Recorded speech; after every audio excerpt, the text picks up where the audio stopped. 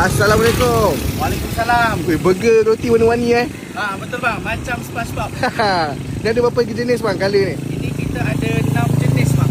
6 jenis color. Macam freezer ada. Boleh bang, saya nak try 6 jenis boleh bang? Paling 6, best 6. Boleh. Kalau yang oren ni apa bang? Kalau yang oren ni kita letak vanilla. Vanilla. Kalau ini? yang merah ni kita letak red velvet. Red velvet. Kalau yang hijau ni kita letak pandan. Okey. Pandan. Dia ada manis-manis ke bang? Manis-manis ke? Dia ada manis-manis sikit. Rasa roti dia tak rasa gosong lah. Okey. Kalau kuning ni dia rasa sweet corn. Sweet corn. Sweet corn. Kalau purple ni dia yam.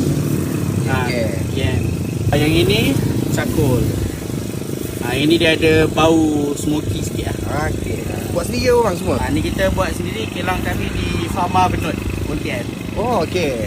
Ni bila buat sendiri tak macam mana lain negara, kita cuba buat warna-warni lah. Tekstur ni dia macam kek bang bila kau masak.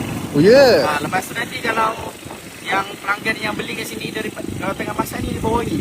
Bau wangi roti tu ada.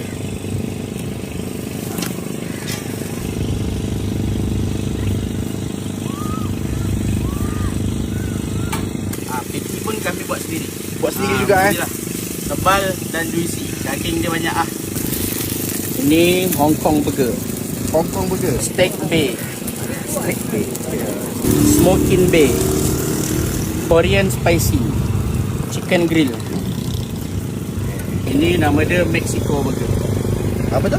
Mexico burger. Mexico burger. Mexico ada 3. Mexico dia rasa smoky. Okay. Hong Kong dia rasa cheese. Okay, ni smoking pun dia sos BBQ. Ni Korean spicy chicken pakai sos Korea.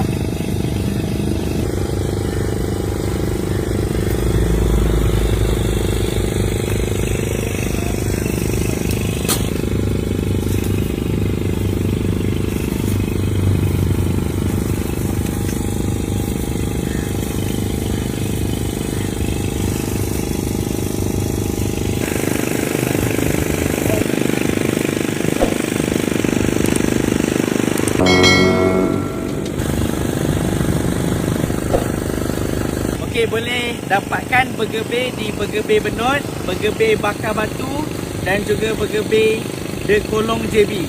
Dari petang sampai ke malam. Abang Bay tunggu korang semua. Bye bye. Okey bang, terima kasih. Assalamualaikum. Salam.